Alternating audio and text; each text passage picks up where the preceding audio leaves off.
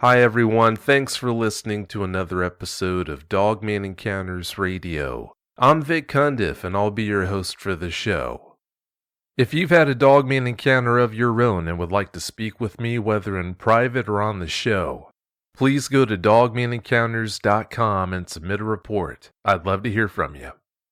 Tonight's guest is Mario Aros. Mario, welcome to the show. Thanks, Vic. Thanks for having me. Oh, thanks for being here. Mario, please give us a brief bio on yourself. With pleasure. I grew up in McAllen, Texas for most of my life. It's located in Hidalgo County. Currently, I live in Edinburgh, Texas. It's just north of McAllen. And these cities that make up the lower Rio Grande Valley are pretty much clustered together. So all the cities just pretty much overlap into one another, so we just call it the Valley. And also, I am currently a full-time college student here at the local university, UTRGV, and I'm seeking a bachelor's degree in fine arts. Prior to that, I had joined the military, and I was part of the United States Navy, so I did do a little bit of traveling here and there. I visited California, Virginia, and parts of the U.S. So in my foray and just going out into the wilderness, that's where I would go pretty much in the aspects of camping would be Virginia, North Carolina, and West Virginia. But in terms of my encounter, this happened here within the city limits in terms of that. Well, thank you for your service. It was an honor. It sure sounds to me like you've stayed pretty busy. You've gotten into a lot of things. Wow. Oh yeah, it was pretty much a good old time, and I really appreciated doing everything I could for my country. And also, it was also just a privilege just to see the U.S. outside of my little town of McAllen. Yeah, joining the service like that's a good way to do it. Mario, you told me that you suffer a P.T.S.D. when you recount your experience. Please tell us about that. In the form of trauma, I guess you'd call it, because my encounter was, in my viewpoint, was kind of traumatic. I mean, seeing what I'd seen just pretty much shook the very foundations of my core belief systems at that time, and since then have molded them to be more open-minded. But this trauma sometimes seizes me at inopportune moments, usually at night or when I'm in parks or going for runs. It's not apparent, but it's always there, and sometimes I'll have nightmares and I have a hard time sleeping. And if I'm in a room with a window, I absolutely refuse to be in a room that has basically no curtains or any form of not closure, but just a form of anything to cover up the windows. I cannot stand open windows, and sometimes if I am in a room where there isn't any, I get really nervous, and I sometimes relive what I saw that one night, and it can get pretty nerve-wracking, and I pretty much relive it in very, very vivid amount of detail, because if I'm just time traveling and I go right back there, it just triggers, and I still feel the fear of that one night. It doesn't haunt me, but it's just a part of me, and when I do relive it, it's like I relive all that, what's entitled to that package of the encounter, which is the fear. When the listeners have a chance to hear about the nature of your encounter, they'll understand why you feel the way you do about windows. It's one of those encounters that has that extra creep factor to it. Oh yeah, creepy wouldn't even begin to define that sensation. Oh, I'd say so. After you had that encounter, did you launch into a bunch of research trying to figure out what it was that you had seen, or did you just try to put that experience out of your mind altogether? Well, Vic, I did a little bit of both. After the encounter, I pretty much tried my best to try to rationalize what I'd seen, and it was pretty incredible. So having to rationalize what was incredible was very difficult because you can't rationalize something you can't explain. So when I finally admitted to myself that there was no proper way to explain what I had seen, I then started to research. I began checking out books on the occult, pretty much anything regarding myths and fantasies. I started looking into the horror section. I pretty much dipped into everything I could possibly get my hands on. Books, magazines. I started watching movies. I started surfing the web. And during my processes of just searching, I discovered that what I had seen was the closest thing to a werewolf you could possibly imagine. And having to dip into that, I just pretty much watched as many werewolf movies as I could possibly find just to see if it resembled anything remotely what I had seen.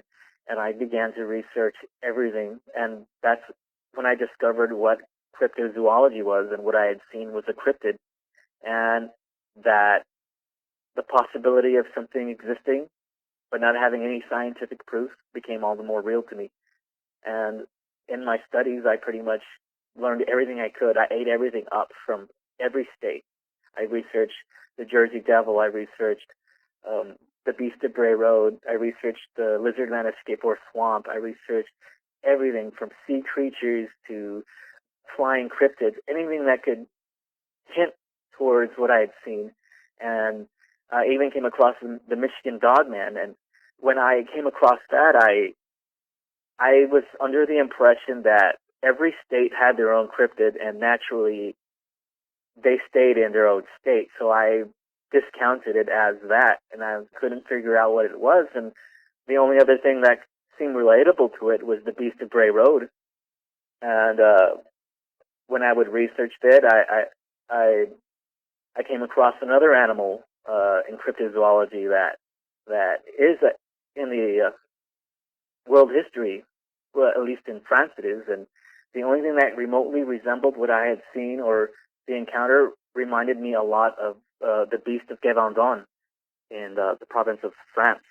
And that's the only thing I could figure out. It was some large wolf-like cryptid, some creature, thing, a beast that I had never seen prior to and had not been reported in my area. And I found it very exhausting and exasperating that something like this is here and no one has come forward. And I understand why, because nobody has come forward, and there was nothing in the lower valley, as reports go, giving it credence. And so a lot of people, I'm assuming from what other people have come forward to and asked for their stories, were afraid to do because it was something they weren't capable of processing. But in my research, that's what I pretty much did. I drowned myself in everything I could to try to explain what I had seen, and when I couldn't find any answers for it, I just left it alone and didn't really think much of labeling it a dog man. The closest thing to it was a werewolf, but even then, that's a fanciful thing. It's so incredibly ludicrous that a concept of a man becoming a creature of the night could be what I had seen, but that was the closest thing to describing the beast that I had seen in my encounter. And now that people have come forward with Dogman, and I stumbled upon your podcast, it's very relieving to see that I now have a name for it rather than just a wolf man, wolf beast, or werewolf, and I can rightfully say that what I saw was the Dogman. It goes without saying that it's a bitter pill to swallow when you go from thinking that things like this don't exist to all of a sudden knowing they exist. You're a cerebral guy, to say the least. It doesn't surprise me that you dove headlong into researching the topic the way you did. After putting as much thought into this experience you had as you have over the years, Have you gained any ground and gotten to the point where it's okay and you can deal with it in a healthy way? In terms of that, the only way I can deal with it is just pretty much by exercising it through art. So every few weeks or months, I draw it out. Like, I don't keep any of the actual prints of it because it's just too traumatic for me.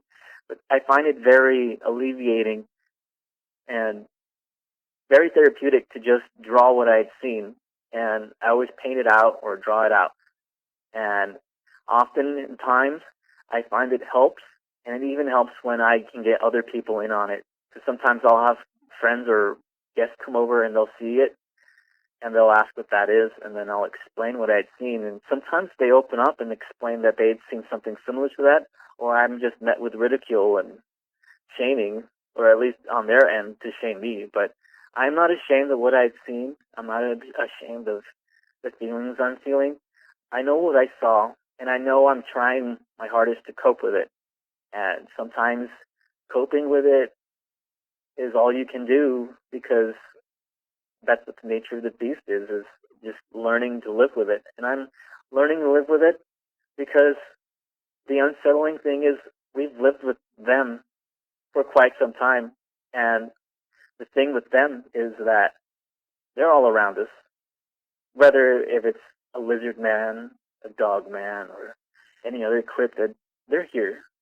And the thing is, the reason why we don't look for them is because we don't know where to look, and often people don't even begin to know where to look until they encounter said creature.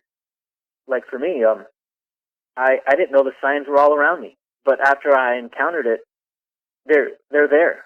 They're right there, plain as day. It's just you don't know where to look until you've actually experienced it, and everything begins to make sense after. It is funny how you can miss some pretty obvious things when you don't even look for them in the first place. Having said that, Mario, let's talk about this encounter you had. Please give us every last detail that comes to mind. Yes. It was in 2001.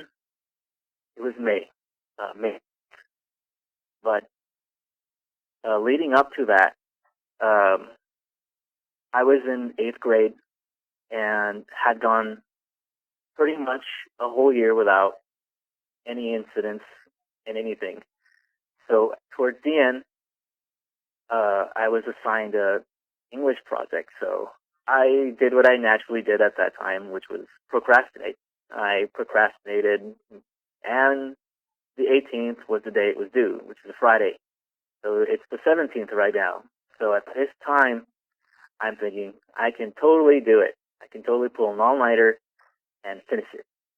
And during that day, just a few days earlier, we had been starting getting calls from local neighbors in our neighborhood and the two neighborhoods to our left and right that one of our dogs was responsible for killing their animals.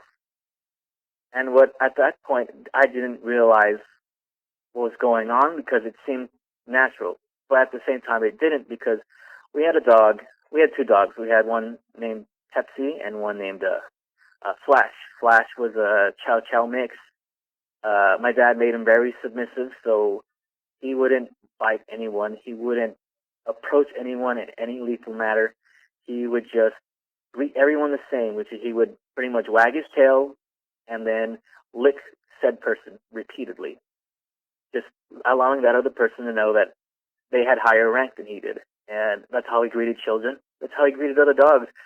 My dog would get in the fights not because he was challenging other dogs, but because he was annoying the other dogs just by licking their faces. And he was a free-ranging dog. My dad had a habit of having one chained up to protect his garage, because people would go through it, or so he would think. People would go and move his things. They would just move it. And the other one would be free range. I couldn't stand that the other dog was on like just chained to a tree, but it was the nature of growing up with my dad, believing that the dogs were just tools to pretty much protect your home or enjoyment. But I view my dogs as a part of the family. So when Flash was accused of going into other people's yards and killing their cats or making off with puppies, I didn't believe it because he just didn't have it in him. We'd had him for 4 years. There had been no incidents. And around this time, it just started happening. We would get calls that he was last seen in a neighborhood, and the following day they would wake up and find the dogs were all missing, or the dogs were dead, or in some cases that the puppies were partially devoured, or that he was last seen with a certain person's cat and the cat's missing. So naturally, he was the scapegoat. So I was dealing with that, and I didn't really think much of it. I thought it was just hate he was getting. So that was going on in the week leading up to my encounter. Now it's the 17th again, and so I pretty much did everything normally. I didn't take anything out of context. Where I live, it's a pretty rural area, but right behind where we live is a huge pocket of brush.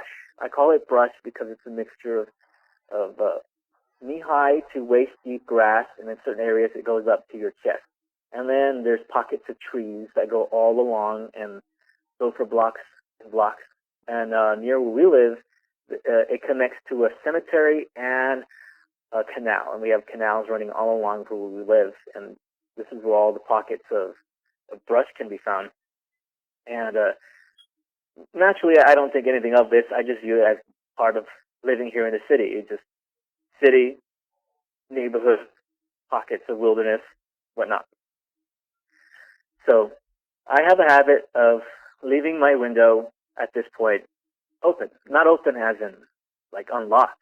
I mean, not having a single blind or curtain. I felt that I didn't need to hide anything. I didn't need to do anything because my mom and dad were the landlord and lady of our property, and we rented out to several people. So I felt that there was no need for me to hide anything because I'm the son of the landlord and landlady. So I never thought, for an instance, anyone would have the audacity to jump the fence, go to our front yard, walk to where my room is, and spy on me. So I had nothing to hide, so I always had that room light on. So on the night of the 17th, I pretty much waited all the way till 11 p.m. because that's what I was doing. I didn't want to start the project. I fought with myself, but it was due the next day, and if I wanted to pass the 8th grade, I needed to do it. So I got to work on it. In my room, I have a bed, and it's facing the furthest end away from the window, and at the edge of the wall where the window is my desk.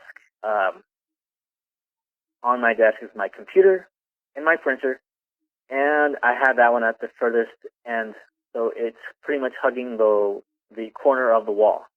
So the window itself is towards the middle of my room, and if you were in my room, you could pretty much sit from there and look out the window and still see the front yard at night because the light happened to be in the middle of the room, so it would give off this great amount of light that would shoot out 6 to 7 feet out into the front yard, and you can see everything clear as day. And I never thought much of anything of that. So that's what I'm doing. I'm sitting on my computer doing my homework assignment. It was an English project again, and I didn't think much of anything. I'm just plowing through, writing my reports, writing my little mini essays. Not much goes through my mind. Look at my clock. It's midnight. Look at it again. Still typing. It's 1. Realizing I have a deadline, I continue to type because it's due the following. Well, at this point, it's already Friday, but it's early morning now. It's going to be due in several hours at 8 a.m. for the English class I have. So I'm typing, trying my best to continue going. And around this time, I decided to take a little mini break, and that's when I noticed that it's 3. So I go back typing because I'm like, okay, I need to keep moving on this. So it's 3. And as I continue typing into the hour, I begin to feel different. I begin to feel sick. Sick, not be like the vectors of virus or some kind of infection. No, like just this gut wrenching feeling just took over me, and it was making me sick. Like I felt like I wanted to vomit. And as I was typing, I didn't really think much to connect it with anything because I'm thinking it's just my anxiety because it's due in the morning. And I did find it a little bit weird because I don't usually care for my homework assignments, and I wasn't trying, so I didn't really think that was the issue. But that's what I had told myself it was. It was just the anxiety of the pressure of my project being due in the morning. And I'm continuing to type, and then I noticed that I'm still getting this sensation, this nasty, ugly feeling. It's horrible. It was like something had just crawled into me and made its nest into my stomach. It was as if somebody were just squeezing my intestines. It was just that gut wrenching, and I thought to myself, I must be sick, but I'm not sick. I'm not. I didn't eat anything that would want me to vomit or anything like that. And I began to just try to rationalize it again. It's just nerves. It's nerves. And as I continued to typing, it got worse. I started to get really, really nervous, more nervous than I should. I started to do nervous twitches, which would be like moving my foot really fast, and I started to get the sensation that I was getting that I should just get out of there, just get out. But again, I'm thinking this is just nerves, and I keep doing this to myself. I keep torturing myself this way because I continue to rationalize. Because prior to this, I rationalized everything. I grew up with my mother, and I grew up reading books and dictionaries, and there was always a rational explanation for everything. And so I just did that. I rationalized it, nerves. And I continued to type. And it was at this moment that I began to realize that I was being watched, that whatever I was feeling was an adverse effect of being watched. We've all had that feeling, just someone watching you at the corner of your eye. You feel it, you know. It's subconscious. It's some hereditary genetic trait for when we were just on the savannah. We know we were being watched. And that's what it felt like. But this was on a whole other level. I could not rationalize it at all. And I was being stupid and dumb, thinking it was nerves when it was something more. And when I had that sensation, I once again found myself trying to rationalize it. But when you rationalize something, you find closure in it and you let it go. But that was not happening. This feeling wouldn't leave me. It just stayed, and it festered and it grew. And as I sat there thinking to myself, trying to come up with the reasons what was going on, I at this moment, it's as if my body had just peaked at the crescendo of fear. I could not function anymore. I was literally feeling fear, just sitting there, and I didn't understand what was going on. Why was I scared? I couldn't understand why my body was telling me to get out of there, to run, anything, and it just did not make any sense how it was tied into a term paper or a project. It didn't make any sense. And as I finally just began to sit there, I looked at the window just to tell myself there's no one there. And I see that it's there. I see that it's just the darkness out there. And mind you, I said that earlier, that you can clearly see 6 feet out into the front yard. And I did not even equate to what I just saw at the window was darkness. I just assumed it was night. And I did not even think that there was something there. As I looked at the window, I thought, okay, I should be fine. There's no one there. But it didn't leave. This fear just got worse. So I got up and walked to the middle of the room, and I looked at the window. And I'm telling myself, okay, there's no one there. And I see myself, because the amount of light was casting out onto my window. I could see a perfect reflection of myself. And so I'm thinking, okay, it's just me. There's no one out there. So I walked closer to it, because it just didn't leave me, this sensation. So I walked closer to it. I still see myself. I'm like, I can't see past the window, because I just see the reflection of me. So I get even closer to it. I still see me.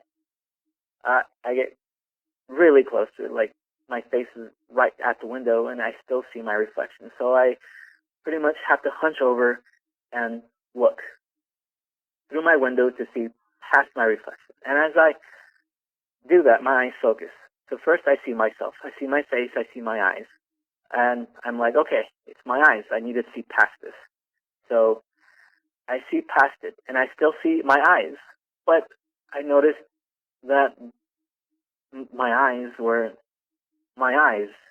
They were an amber color. I don't have amber color eyes, and it was such a deep amber that it just didn't connect until when I was looking at these eyes. Then I realized that I had already seen my own eyes, and I was looking through my reflection. And it is at that moment when I realized that these weren't my eyes that I registered that the color, this deep amber color, just seemed to turn blood red. It was just red. At that moment, it seemed like time stopped. I honestly don't know how long I literally stood in front of that window, hunched over, trying to gauge what I was seeing. It felt like it was an hour. It could have been just 35 seconds. But as I looked at it, those red eyes, subconsciously, I knew that this was the point. This is why I was frightened. Why everything was telling me to get out of there. And this sensation just went beyond any fear I had ever registered then and since then. As I looked at these eyes, I saw that what was there was pitch black. And in that moment, I thought to myself, it's just my shadow. But then I realized I could see my shadow shouldn't block out most of the light. And as I'm looking around these eyes, I still see the two orchid bushes we have underneath my window that hug the frame. I see the light shooting past me and reflecting on the orchids. I see it on the right side. And then I see that it shoots out to the backyard, and where I'm standing is my shadow blocking the light. But then when I notice the edges of my shadow, I see a darker shape in there, really dark. And that's when I noticed that this dark shape is connected to the red eyes. And as I'm going through this, it feels like years had gone by. I was able to process all of this going on. And I noticed that as I tried to gauge what I was looking, I could not see skin. I could not see a person at all. It was so dark. It was so encompassing that I could not register it as skin. It almost seemed like fur, but I couldn't even see if it was fur, but I know it was not skin. And when my eyes met with it, it was an untold amount of fear that came with it that still haunts me, that I can't even process sometimes because it's burned into my soul.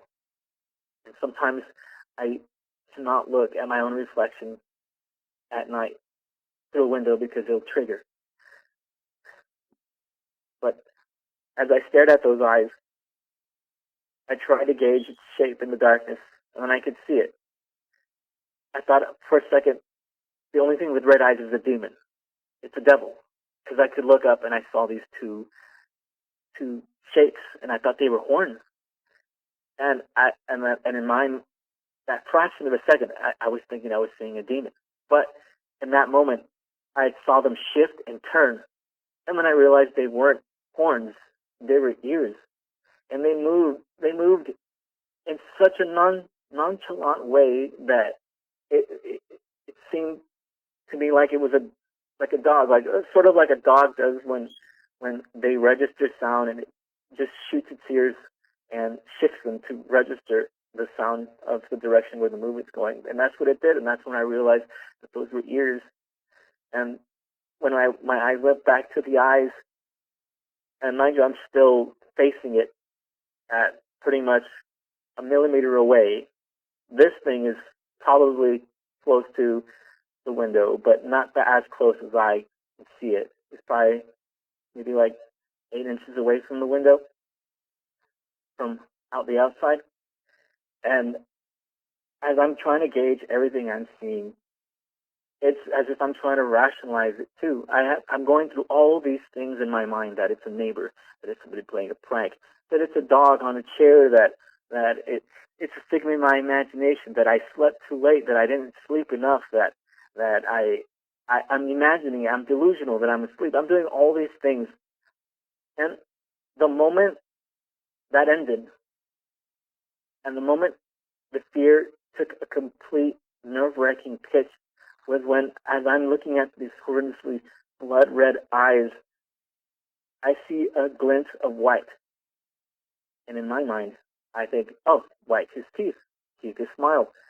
But as I quickly look to the source of that white, I noticed their teeth, their sharp teeth, and it almost looked like it was smiling. But I know it wasn't a smile, but in my head it says smile. And it showed its teeth. And I did not, at that very moment, I did not even consider continue looking at it.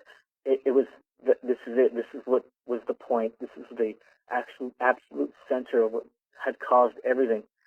And in that moment, I was seized in complete fear that I screamed and jumped back and pretty much crawled away and hid underneath the desk. I was underneath that desk, seized with an uncontrollable urge to run. I wanted to run to my door, but I knew it was there and it could see me. I wanted to get out of there. I wanted to run to my mom's room, and I couldn't. I was afraid. I was afraid that if it saw me move, that it could go to the back door, take me there, or it would just meet me at my mother's bedroom. So I stayed underneath that desk. I stayed underneath that desk, just balled up. For lack of a better word, I was bawling. I was crying, not because I was sad or anything. This was fear, an intense amount of fear. And everything in my body was telling me to run. It was so instinctual, so primordial that I felt my life was in danger. Now, I'm not ashamed to say that. I could say that I know my life was in danger, even though what I had just seen didn't make any movement. It was looking at me. It had been looking at me for close to 30 minutes. And I did nothing. I just sat there. And it was as if it was just sizing me up. But while I was underneath that desk, I could not figure out what to do. I rationalized it again. I was desperately trying to find reason, desperately trying to hold on to my sanity. I was in shock. I was desperate to figure what I had just seen. I was trying to piece things together, but it just came together as red eyes, pointed ears, teeth. And what was also nerve-wracking at that moment was where my house sits. It's essentially a trailer, but my father mounted it on 3.5 to 4 feet bricks, giving it enough clearance that if any normal person were to walk to my window, you wouldn't even be able to see them from my window. I would only see the top head of their hair. And I couldn't rationalize it. I couldn't give it meaning. I could not do anything to give it weight that what I just seen was a figment of my imagination. I was racked with guilt, sitting underneath that desk, frightened out of my mind, and ashamed of my fear not because of what I had seen, but because I was thinking up the most horrendous things that it probably moved. It went to my mother's room. What if it's in her room right now? What if it's waiting for me there just so I could run to her in open arms? But instead of my mother, it's this thing, this wolf man, this werewolf. And I was frightened. I kept expecting to hear the back door break open, or glass shattering, or the stifled cries of my mother as she's getting murdered by this thing. I was terrified, and as I sat there, I still felt this sensation. I knew it felt like it could pierce through that window, its gaze, to where I was underneath that desk. I know it could see me clearly. And when that rationality went away, because for a normal person to walk up to that window, you would only see the top of their head.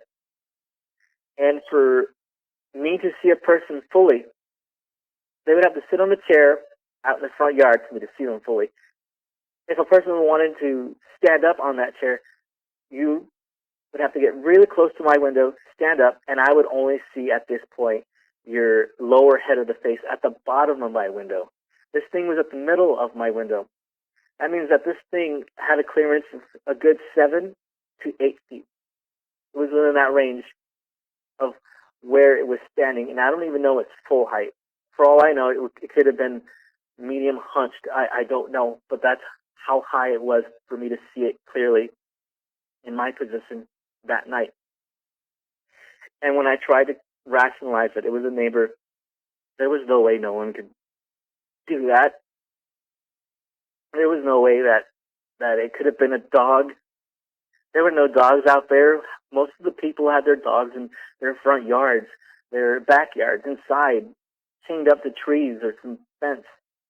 And I know it wasn't my dogs because they don't come out at night. They stay in the garage and they stay there. They don't go anywhere.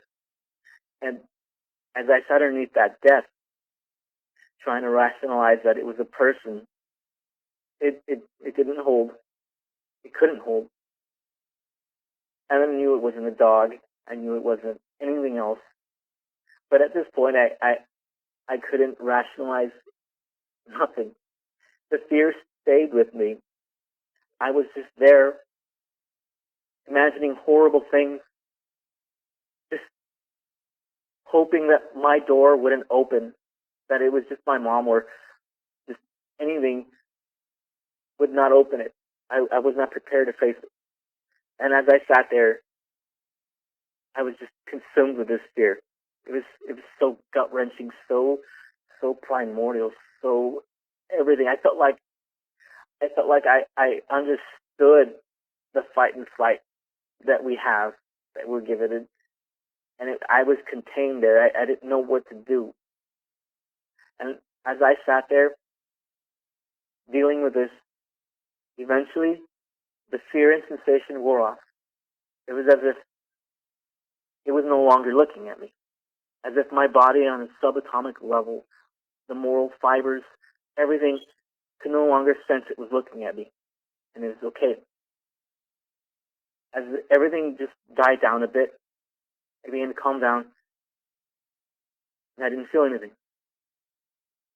And I sat there as far as I could go underneath that desk until I finally had the courage to stick my head out underneath the desk. When I did, I looked out the window. Nothing. There was nothing there. And in a foolish moment of just repentance, I just imagined to myself that I had imagined the whole thing, that I did not see it. But I knew it was there. What I had seen was not imaginary, that I did not imagine it, because I had stayed up prior to this as a kid. I would pull all-nighters with my friends. We would play our computer games or console games, or we would stay up just playing cards. At that point, I think it was Pokemon, whatever kids are doing. And never have I rationalized a form of fear and given it shape. Never. And even after that, I've pulled many all-nighters for my procrastination, many times, sometimes all the way into the morning. Never. I never had that sensation. Never have I felt the sense of urgency that I felt that night. And for sure, never for an assignment, for it to generate that amount of fear. And when I sat down on the computer to finish up my my project, my homework assignment, I pretty much looked at the time, and I'd probably been there just a good hour, close to 4:15, 4:30, around there. And I elected to tell myself that I didn't see anything, because it was better to lie to myself to finish this homework assignment than to continue mulling over what I had just seen. So I went back to work. I continued to write my papers. I continued to finish everything. I did this, but now, when I did this, I would occasionally look out the window, even though I just told myself I didn't see anything. I had to do it. I did it. And I continued to do this up until I finished my homework assignment. And I was probably like around 6 in the morning, and there wasn't enough light to go out. So I didn't want to go out until there was enough light coverage for me to go. Because even though I was trying to rationalize that I would just seen was a figment of my imagination again, I couldn't lie to myself at the same time. So as soon as enough time had gone by and the sun was out, I decided to go outside. To give myself clarity, to give myself closure, to give myself whatever I needed to go on with my little life. Whether it was a lie that I told myself or the truth that I had seen. So I walked up to the front yard. I didn't see anything out of the ordinary. We have a good amount of grass covering our front yard, but it really leaves nothing. You could walk up on that grass, a dog, a cat. There would be no prints or anything. You couldn't tell if anybody had been there. I couldn't find anything there. I couldn't find any traces of fur. I couldn't find any trace of footprints from shoes, anything. I couldn't find pins, anything, no scat, no nothing. And as I'm building myself up, I'm thinking, okay, I did imagine it. So I decided to just give myself the complete closure and head to the window where I had been standing a few hours before looking at this thing. So I head to the window, and I don't see anything out of the ordinary. I don't see anything at the bottom of the window. I don't see any marks that a dog had walked up and tried to lean up to be able to see me. Nothing. And as I'm seeing this, I'm slowly accepting this little lie I told myself that I had imagined it. Even though at this point my subconscious is telling me that was complete rubbish. Why would I imagine something of that scale just to put myself in that situation?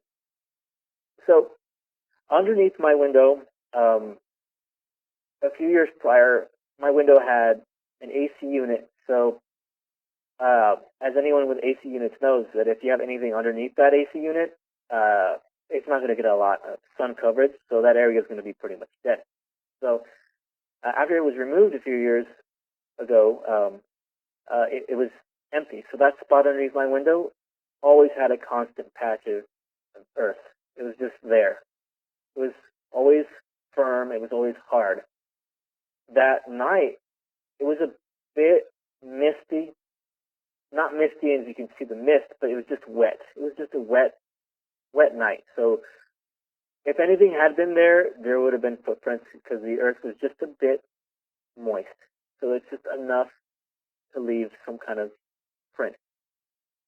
So as I walk up to it, I notice that the area underneath it is disheveled. It's in pieces. It's as if something had gone there and just started slashing it around. It wasn't an attempt to dig a hole. I've seen what a hole is. I mean, my dogs would do it when it would get hot, and they would do it near the faucet where our hose was because it would leak and collect water, and it'd cool them off. And this wasn't one of those little cooling pits they make for themselves to keep cool in the summer. It was none of that. It was no indication that it was forming into a little den or a hole. It was just blatant claw marks, blatant mess. It was messy. And as I walked up closer to it, I came to a grim realization that what I had seen was in fact what I had seen. And those marks looked like they had to have been done by hands or something with hands. They weren't paw marks. They weren't anything remotely resembling what a dog would do. And the closest thing to it is when you go to the beach and you just start clawing at the sand as it's moist, and you see all these marks and indents. That's what it looked like. It looked like it was blatant, deliberate. And in that moment, when I saw that, I was afraid again. And I had known what I'd seen was real, that I did not imagine it, and that whatever was there had to have been standing there, and it had either deliberately covered up any tracks that it could have left, or as later in my research in the common animals, maybe have been an indication as a scent marking for it to mark for other animals or of its kind, specifically that this is an area. And I couldn't understand why it would do that. Because at that point, I didn't think it was capable of extreme amounts of intelligence until after I'd seen it and I saw with open eyes that I began to see that it was a deliberate, intelligent creature and is capable of fulfilling designs to suit its needs. It's just mind-boggling. But when I finally accepted what I had seen, I wanted to tell somebody so bad, but I didn't know what to do because the bus had just showed up, so I had to quickly go on and grab everything. So that Friday in class, I had to sit with what I had seen, and I was pretty much in shock. I didn't respond to anybody. I looked like I had just survived something. People were just complaining to me about why I looked so disheveled, why I looked so out of it. And I would just tell them that it's because I stayed up the whole night. And usually at that age, at 14, you can pull all-nighters and you would have no problem. You'd look like you'd pretty much got a full night's rest, and nobody would know that you hadn't slept in 4 days because kids have energy. But when I got home, I pretty much mulled the events over and over, repeatedly, again and again.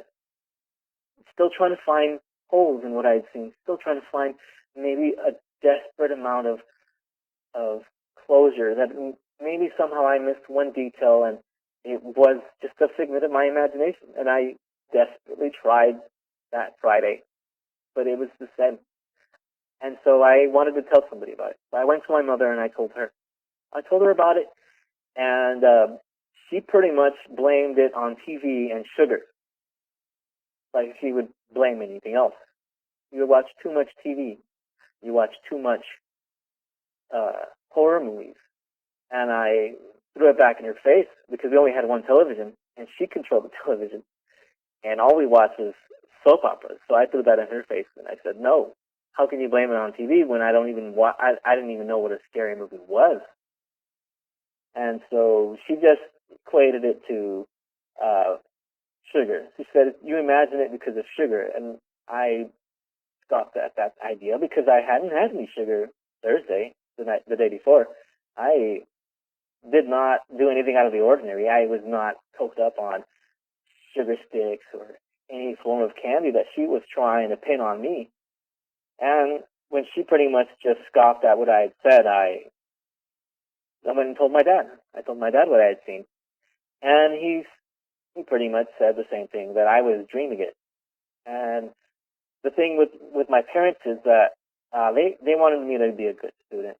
And if I had told them that I stayed up the whole night doing the homework assignment, they would have punished me severely. So I did not mention that I had stayed up the whole night. But even if I did, they would have punished me, and they would have just found another reason to say, oh, you didn't dream it. It's because you didn't sleep that you imagined this. And so my dad didn't believe me. Neither did my mom. So I went to my best friend and his brothers. I pretty much grew up with them, and they're in the neighborhood next to mine. So I went to the back that Friday and went and told them what I had seen. And they laughed at me. They pretty much said I was seeing things and I was crazy. And I didn't know at this point that one of them had their own encounters, but he had forgotten it. But at this point, I was just the butt of the joke. I was the butt monkey. They made fun of me for it, that I had seen a wolf man, a werewolf. They would not let it sit. So whenever something outrageous or fanciful happened, they would point it out to me and pretty much berate me for it. So that would kind of stop me from ever mentioning it to anyone for a good amount of time, a good 7 years. I made sure I met nobody like on the street. I would never mention this to them. I didn't want to deal with it again, so I didn't think much of it. Now, while this was going on, I had mentioned that my dog Flash was getting penned for all these murders in the form of dog killings, cats, animals. So we were having to deal with that. And as the weeks went by, it was close to June when it had pretty much reached the boiling point for the neighbors on our property. They wanted my dog dead because he had always been seen in the area, and usually in the area that he had been seen the night of, if, let's say, our neighbor 3 houses down, he has 5 cats. So if my dog was in that area, which he would be, he would just be smelling and marking his territory. They would see him there, think nothing much. But the following day, one of the cats would be missing. And then again, and then sometimes it'd be a partially eaten corpse of a cat. And so he would be blamed for it because he was seen the following day. And so everywhere my dog went, usually would mark the end of whatever animal was in that yard or in that household. So naturally, they pinned it on him. He was accused of what pretty much drove it to the boiling point was there was this lady in my friend's neighborhood that had she was a Chihuahua breeder, and she had her pregnant female in the backyard, and she has a wooden fence. So I don't know how my dog got into that backyard. There was no indication of digging or anything like that. But he had been seen in the area. So naturally, when the woman found her prized chihuahuas in pieces in the backyard and the puppies all gone, she blamed him. My dad tried to say it was possums, but we hadn't seen possums in that area for years, so we didn't know if it was true or not, but he was the scapegoat. And so we were forced to put him down. And towards the end of summer, the little rash amount of little animal killing stopped. And while this was going on, once we had to put down our dog, I began to realize, like, what if what's killing the animals is what I'd seen? And I began to just connect little dots.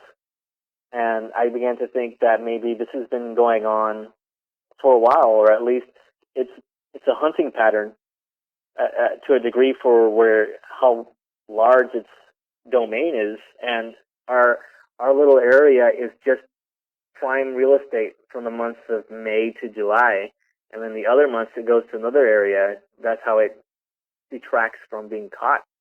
So we had to get rid of him, and also our dog Pepsi. She was found missing. Not found missing as in like, oh, they found her on the street. No, she was kept chained up. Her chain was torn, and her body wasn't there. So my dad equated to her running away, but she was a family dog. Even when it wasn't her time to be chained up, she would stay in the front yard. She would never leave anything. So in the following weeks after my encounter, when she went missing, in my mind, I knew it was this werewolf, this Dogman that did it. I mean, she was prime real estate. She was chained up to a tree. Whatever it was, pulled off the chain and snapped it in the middle of her chain, which was a good sized chain. It was about maybe 15 feet, so it cut it down to at least 8 feet. And we couldn't find any indication of where'd she gone. She never returned. She wouldn't run away. We were her primary food givers. We gave her love. We gave her care. So I began to equate that whatever it was killing our animals, or our pets, I should say. And it was pretty smart about it. And it looked like it was targeting houses that had dogs and It almost looked like it was just looking for areas where it could just frame other dogs. And while this happened, we had gotten a new dog and another new dog. And this would continue on the following year when the next sighting happened with another group of kids. I hate to hear about the loss of your dogs like that. That must have been horrible.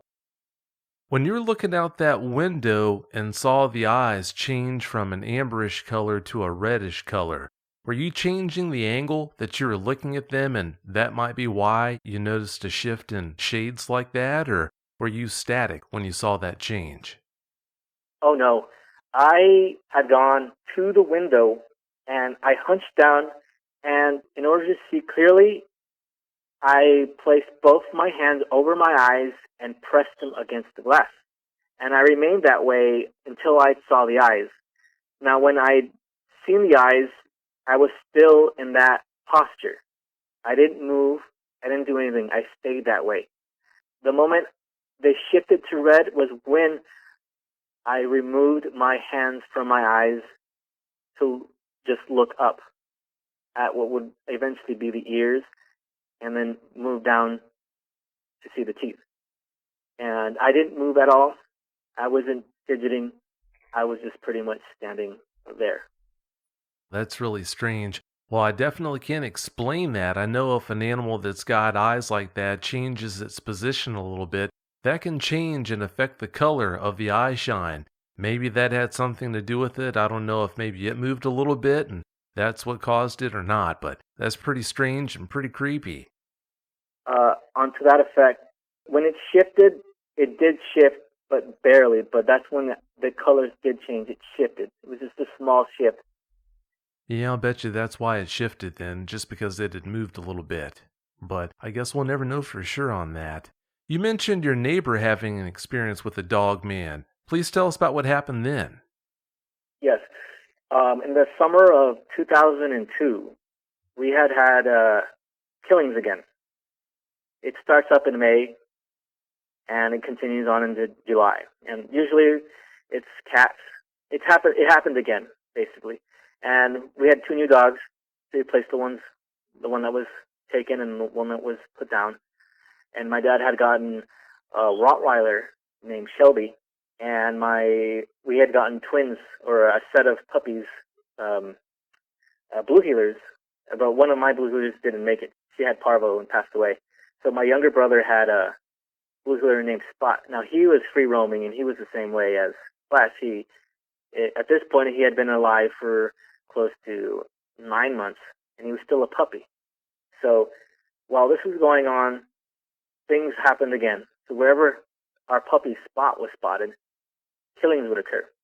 And while this was going on, I would go and visit my best friends, basically, in the other neighborhood. And it's the same setup in their neighborhood. It's got like front yards and a bunch of field and a bunch of trees that connects to our backyard and the back of our neighborhood, and then it connects to the field, the brush, and then the cemetery and the canal system that goes for miles. And their encounter was a lot more different than mine because theirs wasn't as, I should say, traumatic, and the form of it, they felt life-threatening. It just happened so fast for them. At this point, I had been visiting my friend like pretty much nightly because we'd play tournaments on the games. We'd play Super Smash Brothers on the N64, and so we were just constantly playing that. So I would go over his house and we would play for hours on end to the middle of the night. And he and his family are pretty much night owls. They've been night owls for as long as I can remember. It means that they never sleep during the night when they're supposed to. I think the earliest they would go to sleep on a school night was 5 a.m. And so their play pretty much concluded just playing outside in the middle hours of the night when most children would not be playing out in the middle hours of the night. So I was there. It was the first week of June at this point, 2002. And I was in his living room and we were playing with his brothers and friends. And what was going on was his younger brother, who at this point had been 10, had a friend over, and they had a routine that they did every night for as long as I can remember. They'd come home from school, play, and then go to their neighbor's house, which is my best friend's neighbors. They had a field in the back of their house, and they had lambs and sheep and all kinds of just animals out there. And in their little fields, they would have grass that went up as far as your chest in certain pockets. And what they love to do is around midnight, every night, they love to play hide and go seek in that backyard slash field. And they would do this. I don't know why anybody would play hide and go seek in the middle of the night every night, but this is what they did. This is what they thought was fun. So that's what they were doing, and they would play with a set of twins that were homeschooled, which is their neighbors, and that's what they would do. So that night they were playing hide and seek. So back to where we were. We were finishing up the game, and then we were just talking when all of a sudden we hear banging on the door because my neighbor's mom always locks her doors, so they couldn't get in. So they're screaming and banging on the door, and we go up and open it, and his little brother comes in. We'll call him Tom. Tom comes in, and he is pale. He is hyperventilating, and he's screaming. And his little buddy was in the same condition. They were crying, and they were hyperventilating, and they were just screaming. And we closed the door, and my friend, my best friend, I'll call Kyle. Kyle goes up to them, and he's like, "What's wrong, Tom? Well, what are you guys doing? What's wrong?" And they were just both talking over each other, and we couldn't understand a single thing. So Kyle told them to shut up, and to calm down, and to tell him what he said. And so Tom, at this moment, he looks at me, and he goes, "Mario, we believe you. We believe you." And I go, "What do you mean?" He's like, you know all that crap we give you for being crazy, for that crazy animal man you saw the year before? Well, we saw him. We saw him tonight. He's real. We believe you." And at this point, inside, I'm happy. I'm excited that someone had seen it other than me, and that it just helped elevate me to not being crazy. Tom just kept telling me that he'd seen it. And so Kyle wants to hear the full story. He's like, "Okay, tell me the full story." So we sit them down, and they collect themselves. And they basically tell us that they were in the backyard, like they usually are, playing hide and seek. And at this point in time, it's already 2 in the morning. So when they were playing, it was around 1-ish in the morning. And so they're playing in the field, the backyard. And the little girl, it was her turn. So they named her It, and she did what kids normally do when they're playing hide and go seek. She was counting down. So they all hid in their respective spots. Like Tom would hide behind a tree, or his friend would hide in the bush, and the little brother, she would have him hide in places where she could find him, but sometimes he would double cross her and hide in other areas, so that way she doesn't win. So it was like a weird twin thing where she wanted to win, and she would always have a little brother be set up in her favor. But that night he didn't want to be found easily, so he hid somewhere else further down. So when she finally said, "Ready or not, here I come," she went and she yelled, "I found you!" And so, nothing. Tom was telling me, from his point of view, that's all he heard was nothing. And he heard her go, "I found you, get out!" And then nothing. So then she calls Tom's friend's name, and she's like, "I found you. Get out of here, Barry. I see you. There's no sense in hiding." So at that moment, she keeps yelling at him to get out, and he doesn't. So then Barry comes out and says, "I'm over here." And he's like, "Oh, I found you." And then, look, no, time out. "I'm over here." "Well, then, I found you, Tom." And then Tom comes out and says, No, I'm over here." So the little girl just goes through the list. She's like, "Well, I found you," to her little brother. And she's like, "I found you. You're the younger twin. I found you. Come out." And he doesn't come out. He comes out from another spot further up, and he walks up to them, and he's like, "I'm over here." And at this very moment, they all realize that there's somebody else playing hide and seek with them. So it almost seemed like it was set up like a horror movie, because at this very moment, all the kids then realized that there was someone else with them. So Tom told me that in that moment, when she said, "Well, if you're all here, then who is that?" and she points, they follow her hand to where she's pointing, and there's this tall patch of grass. And they notice this massive, huddled up mass in the grass, just huddled. Like, it was just there, counting to itself. And at that point, Tom told me that he thought it was somebody else, a grown man, like, huddled up in a black jumpsuit. So he didn't think much of it. But that's when they called out on it, that it's like, we found you, that it was not just a man, that it got up. Like, they told me that it looked like a rising shadow, that it just shot up. And at that moment, when they saw it shot up, they didn't want to look at it anymore. It just triggered all of them to run. They all ran. And they all ran off in different directions, Tom heading home, and the twins heading back home. And Tom said when he looked back behind him, he didn't want to look behind him, because he was afraid that it was behind him, just chasing him down. But he did anyway. So when he looked, he saw that it was just standing there. And as he continued to look at it while he was running away, he said that it just turned and ran.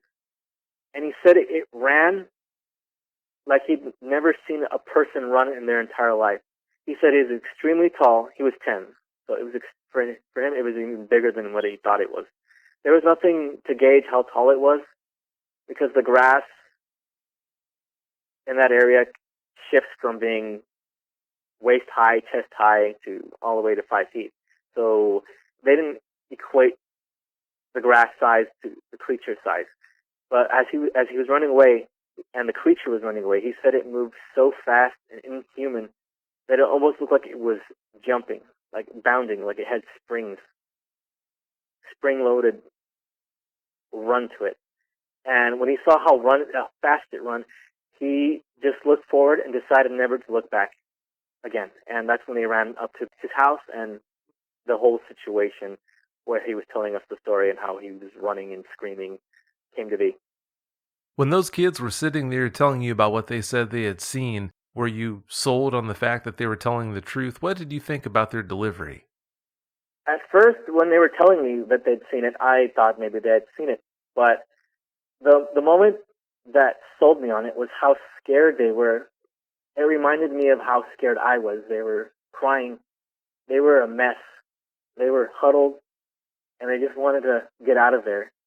And in our neighborhood, there isn't anything in there that is remotely humanoid that comes in there. I mean, the largest animal here that would be a predator would be an ocelot, and that's just down by the rivers. And other than that, there's nothing but cattle and dogs and sheep.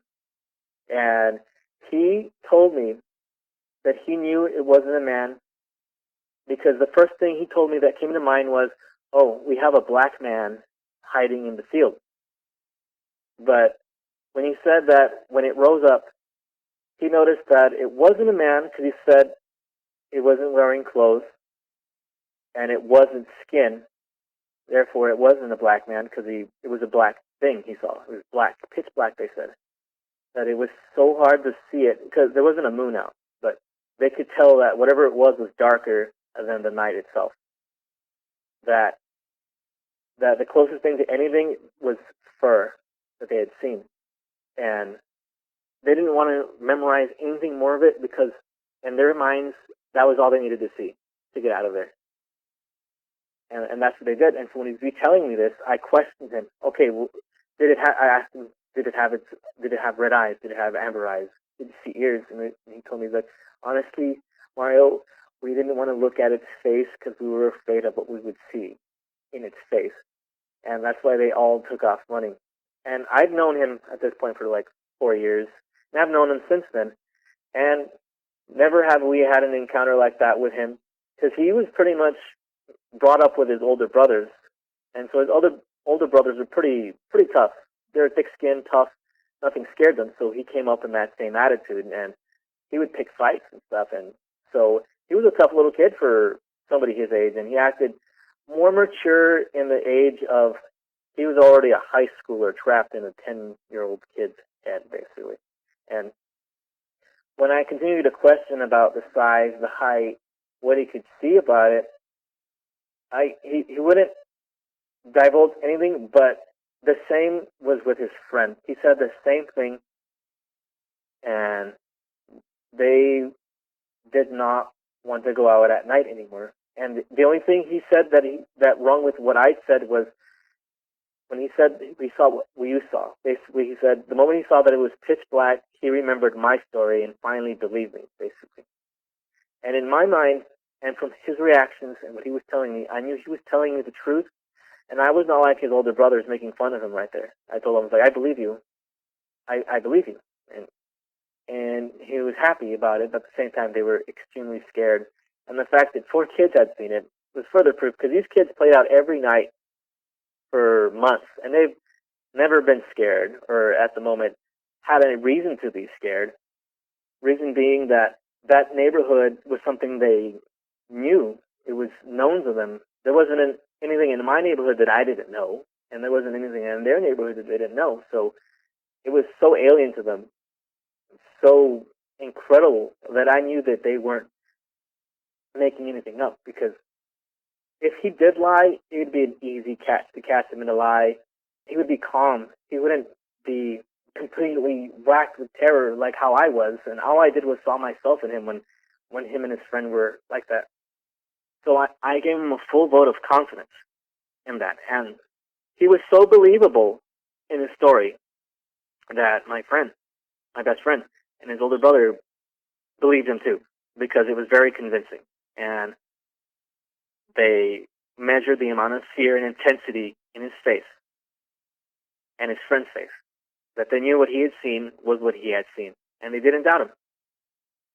Now, mind you that at this point now it's like close to 3 in the morning, and I realized I still had a last week of school left, and it was a school night. And what was horrifying for me was I had finally found somebody that could validate what I had seen, and there was more than 2 witnesses. They had 4. But the fact that it was there that night meant that I had to go home walking alone in that neighborhood and cross through my other neighborhood just to get home.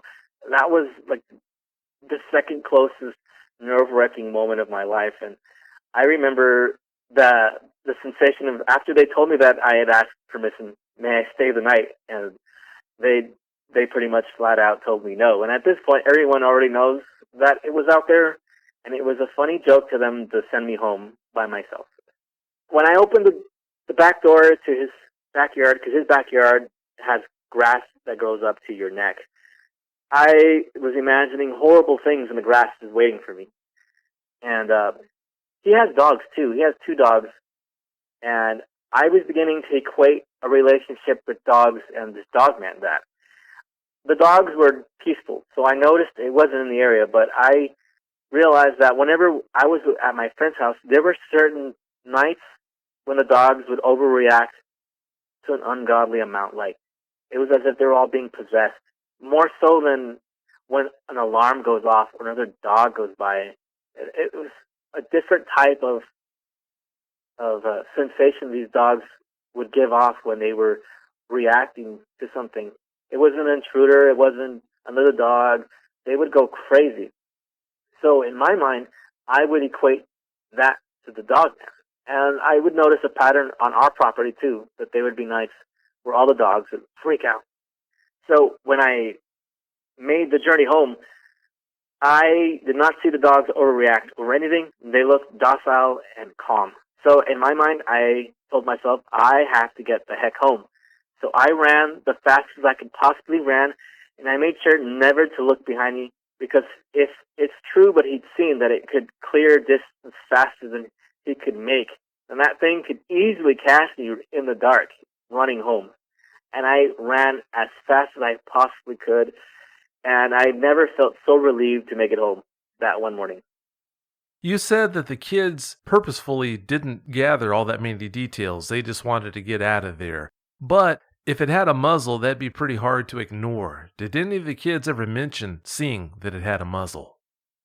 No, every time I brought it up after their encounter with it, they all pretty much agreed that the moment they saw it stand taller than the grass around them and loom over them, that they didn't even want to wait to let their eyes trail up to its face, because in their mind, what they'd seen was something that they shouldn't have been seeing, and the fear of seeing its face with teeth was something more horrendous that they could possibly cope with at that age. So that's why all of them took off. And when I repeatedly questioned, they told me that they did not want to look at the face, because what Tom would do was he also told my story to them. So in relaying it to them, they also knew what they had seen was what I had seen, but they did not want to see the face. They did not want to see the eyes I had been talking about, because in their minds, they'd finally found or encountered what I had encountered, and they didn't want to deal with seeing its eyes. So none of them even remotely went past the chest region of this creature. I'm so glad those kids did it that way. Yeah, they don't need to know what the eyes look like. I'm so glad they just got out of there and never will know. Moving back to your Dogman, though, what werewolf in movies most closely approximates what the Dogman you saw that night looks like? Well, the closest indicator to what I had seen that one night, because I'd seen a lot. It had big ears, so the ears from the werewolves from the Underworld movies wasn't close enough, and maybe the second movie, but the snout was too long on that one. The closest I could pretty much label it in terms of cinematic werewolves would have to be it would have to be the Van Helsing werewolves. The Van Helsing werewolves have this extreme build to them, but the face is so streamlined that that's the closest in ear length and face length that I could measure from what I had seen. And even though the director of that movie had them designed to look like rock stars, like he says in an audio commentary, what I had seen was not a rock star. You were telling me about someone else who had seen a Dogman. In fact, this Dogman chased him in his truck. What can you tell us about what happened to him? That one was my former roommate. What I did after I came back here to Texas, I tried to collect more stories, and so I started to open up to people. And so I would casually mention what I had seen, or sometimes I would paint a picture of the Dogman from the window, and they would ask about it, and that's how I would initiate a conversation. Because if I showed them that it was acceptable, that it was okay, the people who had seen something would be more inclined to share. So when I spoke to him, he said I had something similar to that. My roommate at that time was 21.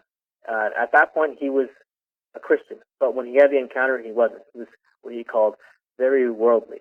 He says that he and a bunch of his friends from his neighborhood, when they were around 16, one of them had a permit, so they loved to drive around in the boonies out here.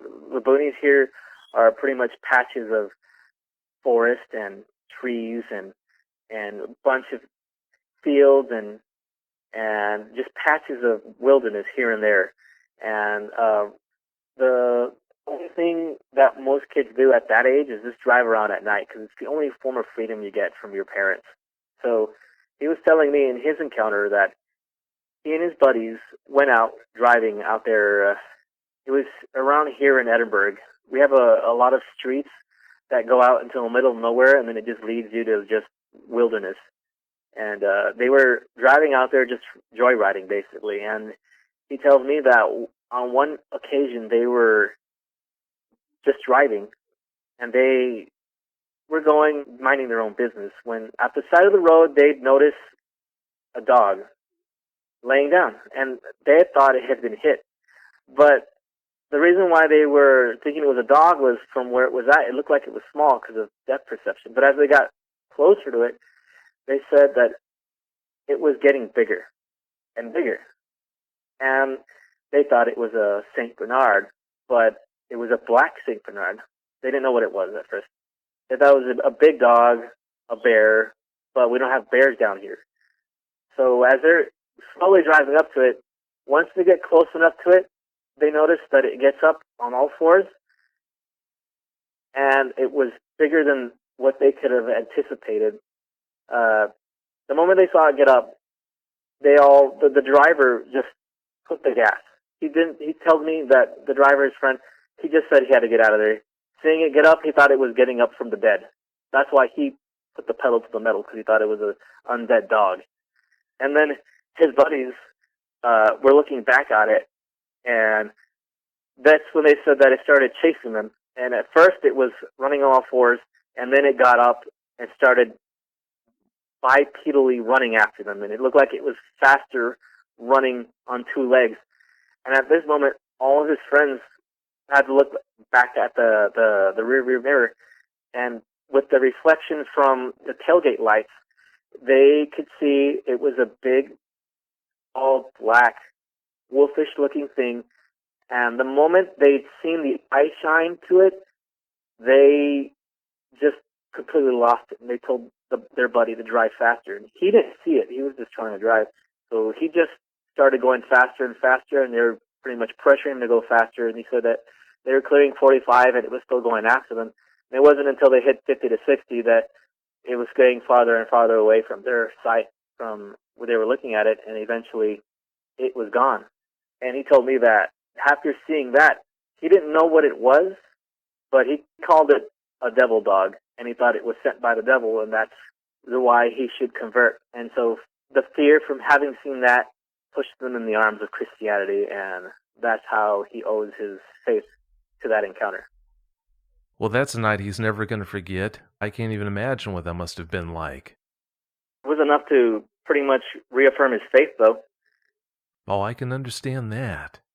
As far as you dealing with your encounter would go, though, do you wish you would have done anything differently in hopes that maybe it would have helped you get over the trauma of that encounter you had sooner and more easily? For me, I tried that, but it still didn't alleviate it, because although his encounter was more nerve-wracking, it was a bit more detached because he was with his friends, and I was alone. And I did pursue faith to try to help, but it still wasn't enough to help me deal with it. Yeah, I can go to church, I can pray about it, but it's still there. For me, it haunts me because I was so close to it.